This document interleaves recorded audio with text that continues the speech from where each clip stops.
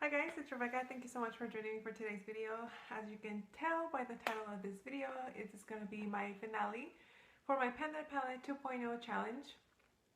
So without further ado, let me show you guys where I was last time. And being the finale, I'm assuming you guys know what my palette looks like. I have completely finished it up. This is nothing but pan here.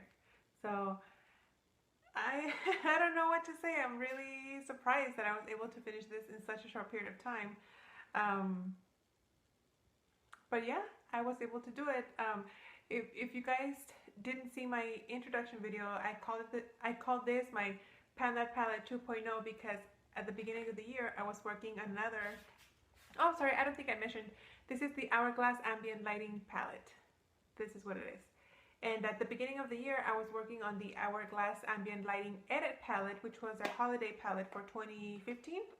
And this is what it looks like. I was able to finish it in June.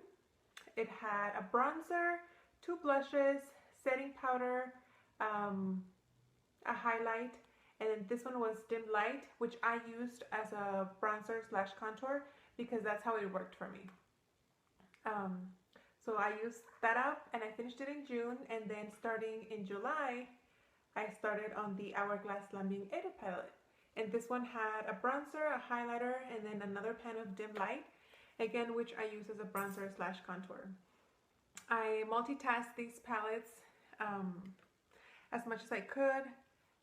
With these two blushes, I used them as separate, but then I also combined them to make a third color, if that makes sense. I really did enjoy using these palettes. I like how Hourglass powders work. I like their texture, their quality, how they come under your face. And I was thinking about buying when the holiday palette from this year came out. I was thinking about buying it because I rationalized it myself, like, okay, I will use it because I've already used this one, so that's proof that I can go through it. But I decided not to get it because I have so many other blushes and bronzers and setting powders and highlighters and, you know, plenty of each, that I decided to just go through a little bit more of those so I can, you know, downsize my collection a little bit more. I loved these palettes. I liked it how convenient they were. You could multitask either powders, any of the powders here for whatever your needs were.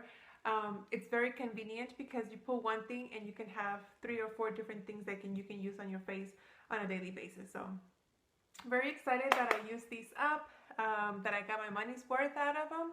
I think this one was $80 when it came out for the holidays, and I think this one's like $50 or $60. I can't remember.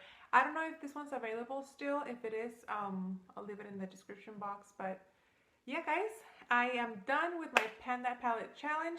Not only was I able to finish one palette, I was able to finish 2 palettes. I already started looking into my collection to see what palette I'm going to want to use for next year's Pelette Palette. I think I'm going to go with another face palette just because I know I can get through it. I tried Pelette Palette for 2015 with an eyeshadow palette and it was a massive fail. So I don't know, I did really good 2016 with face palettes, so I don't know, we'll see. I gotta take a look at my stuff and see what I decide to use. Thank you guys so much for watching. Thank you for your support and your comments, and I hope to see you guys on my next video. Bye.